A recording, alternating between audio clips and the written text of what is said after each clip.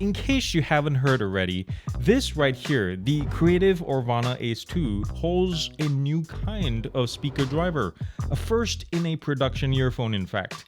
Gone is the need for magnets, diaphragms, coils, springs, and in with solid-state capacitors called MEMS that are roughly the size of balance armatures except thinner at only 1 millimeter thick.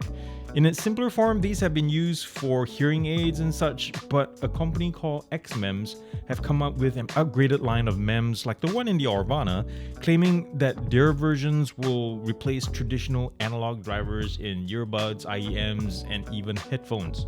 So, aside from being a technological showcase, I'm sure you're also wondering if the Aurvana Ace 2 is good or not simply as a pair of earphones. Well, let's find out after these messages.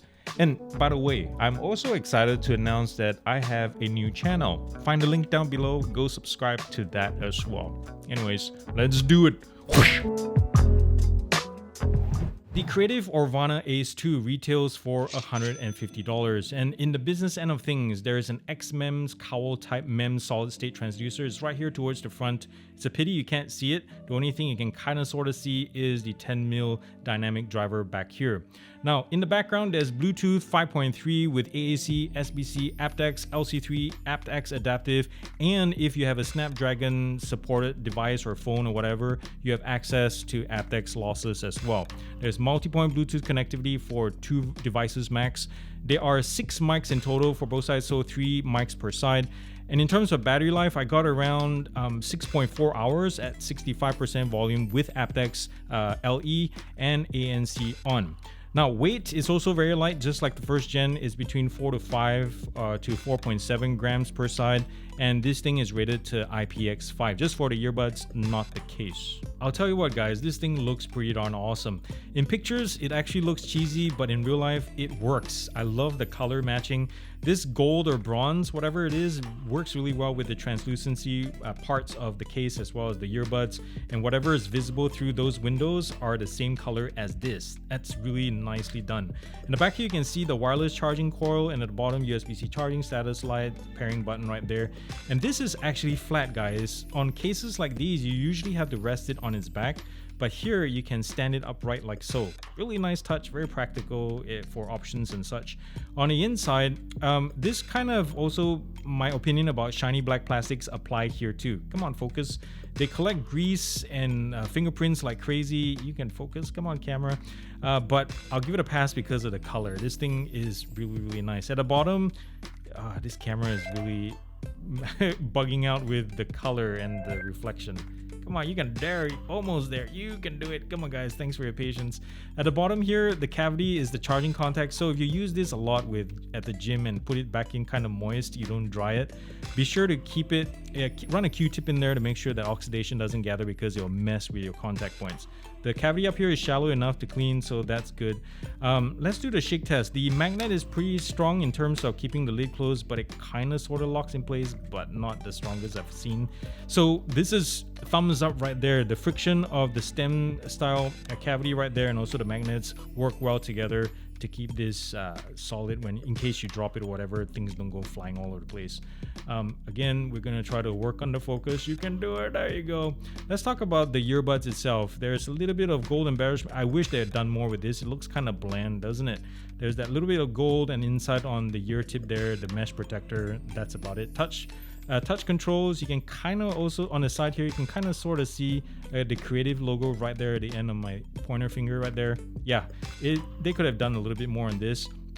And the ear tip itself, really easy to remove and pop back on. It's oval, and on camera, yeah, that's like really, really fast. So also thumbs up for that.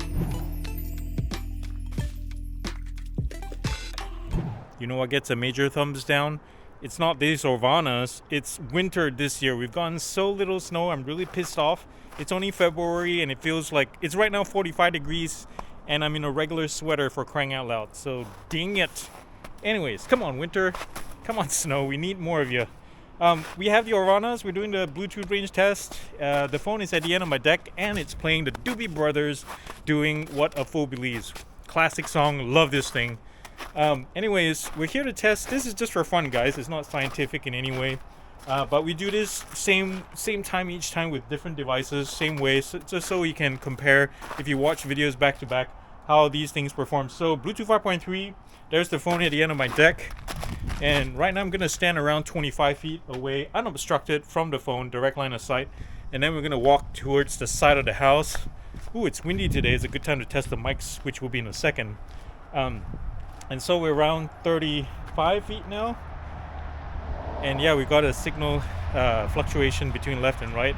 It's still playing. Haven't gotten a full disconnect yet. And by the way, thanks for being here, guys. It's sunny out at least. It's windy and sunny. Nothing, still no disconnect.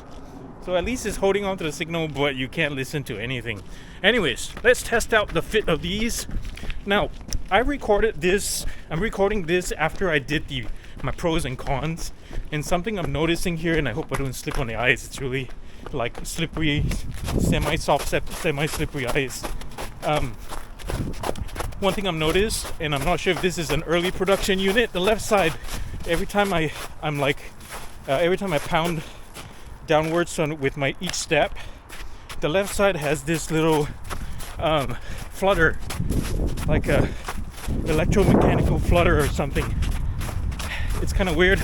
So Creative, if you're listening to this, let me know if you're hearing this kind of same problem. But one thing about the fit too, when you're running with these, comfortable, very stable, aside from that weird noise. But anyways, let's head to the front. I want to hear how these mics perform. Okay, where do I start? Since there's not much traffic coming up and down the street, let's talk about wind noise reduction, or the lack of. This thing doesn't have built-in wind reduction, but you see that ribbon at the end there between the trees. The wind is blowing around 2 to 3 miles an hour right now from generally that direction, and if I walk there with the wind facing me, it enters the mic ports really easily and drowns out my voice, and it's really annoying, guys. So double thumbs down to that. It really tries to overpower your voice, and also you can probably hear it in the recording. So as cars pass by though, I'll give this probably, in terms of noise suppression performance, B minus, and also voice quality. My intonation, tonality is pretty good, right? As cars pass by, you can hear that kind of artifacts, digitization, and stuff like that. But also one thing I note, I wish there was more cars. So one car at a time, or really minimal traffic, it's decent. But on a busy street, this thing sounds really busy. Like there's a lot of things going on. It's trying to work through, and it doesn't. Here comes a truck. Maybe we can hear this like an 18-wheeler. And maybe you can hear this, what I'm talking about, in a car behind that. La la la la la, testing, 1, 2, 3, testing, 1, 2, 3. How did that sound? Did it sound like it seems like a lot of things going on. One thing I also noticed is if you have active noise cancellation, this is something I talk about a lot, active noise cancellation on, you get a phone call, you make a phone call, it doesn't go through pass-through mode. But I have to say the noise cancellation itself is not that hot in terms of drowning out certain frequencies like of traffic for some reason.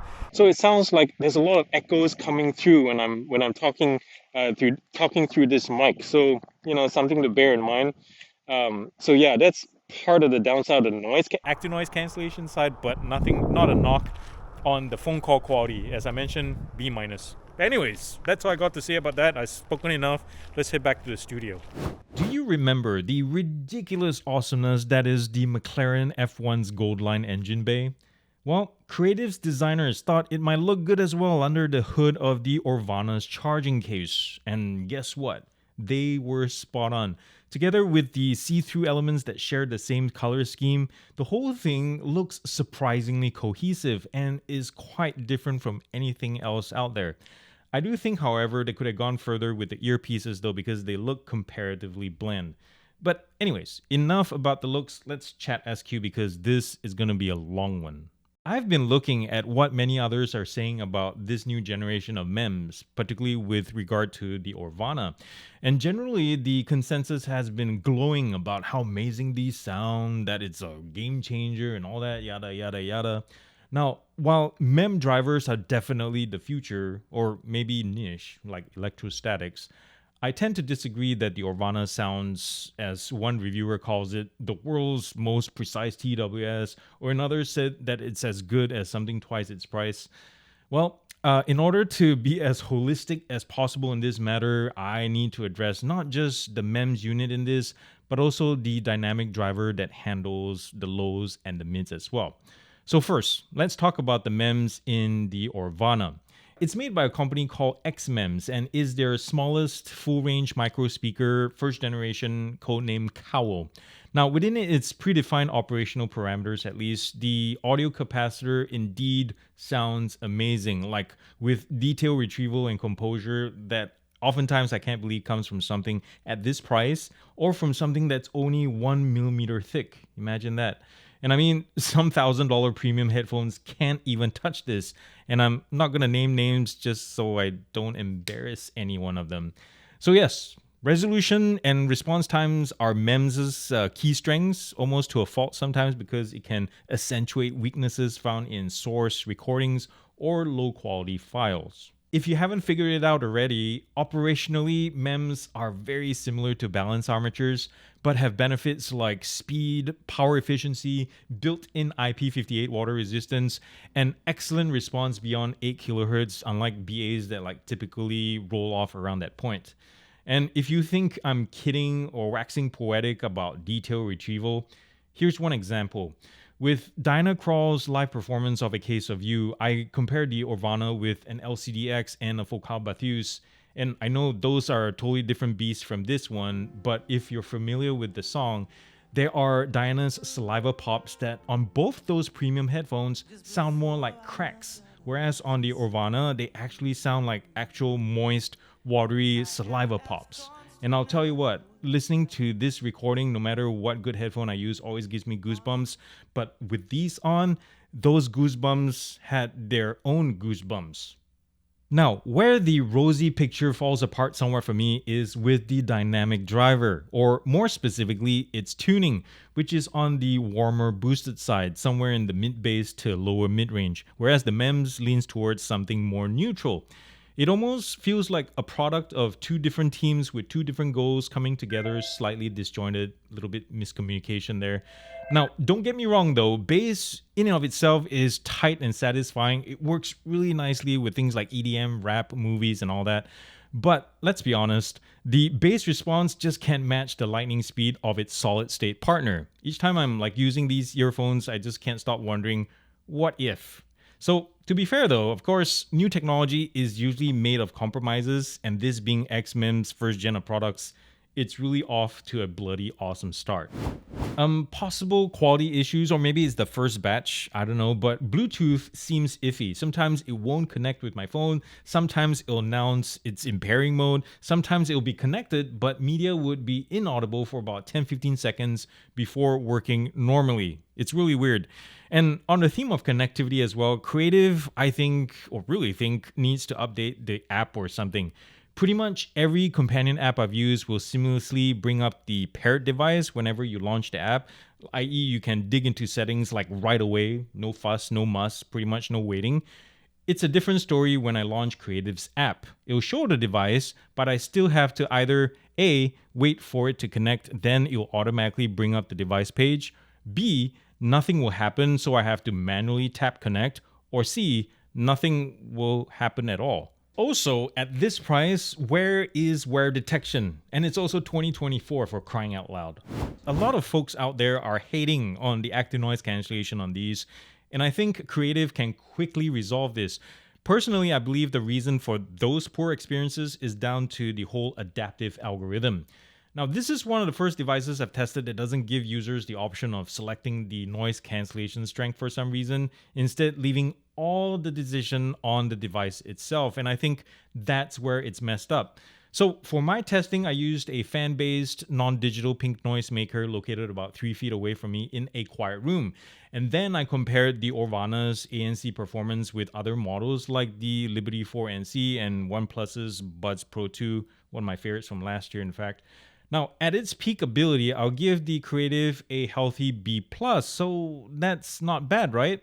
But There were times when the adaptive part of the whole system seems to like misread the incoming noise and lower the noise cancellation strength for like minutes on end before resuming normal function, which is a really strange behavior. And remember, we're talking about a steady stream of input of pink noise here, so it shouldn't trip anything up. But anyways, long story short, this needs a firmware and or software update like pronto. Looking at the sum of its parts, the Aurvana Ace 2 is very solid for the price, guys. It looks very nice, especially the case. Just look at it. It has good but not great battery life. It has responsive EQ tweaking, good ANC as well. I just hope they fix the bloody algorithm. And of course, strictly from an SQ perspective, the unique setup is good, but it isn't the be-all and end-all of all earbuds, even though I thought it would be initially. Something like a pricier Sennheiser Momentum 3 will put it in its place, but you have to spend more, of course, because again, I believe the Ace 2 is held back by the disparity between how the DDs and MEMS are tuned. At higher registers though, the MEMS are in a league of their own. The resolution, the detail retrieval, they're really hard to touch by devices many price brackets above, which, if anything, shows the ability and potential of solid-state drivers. Guess what? I have a new channel, guys. It's called the Non-Techie Tech Show.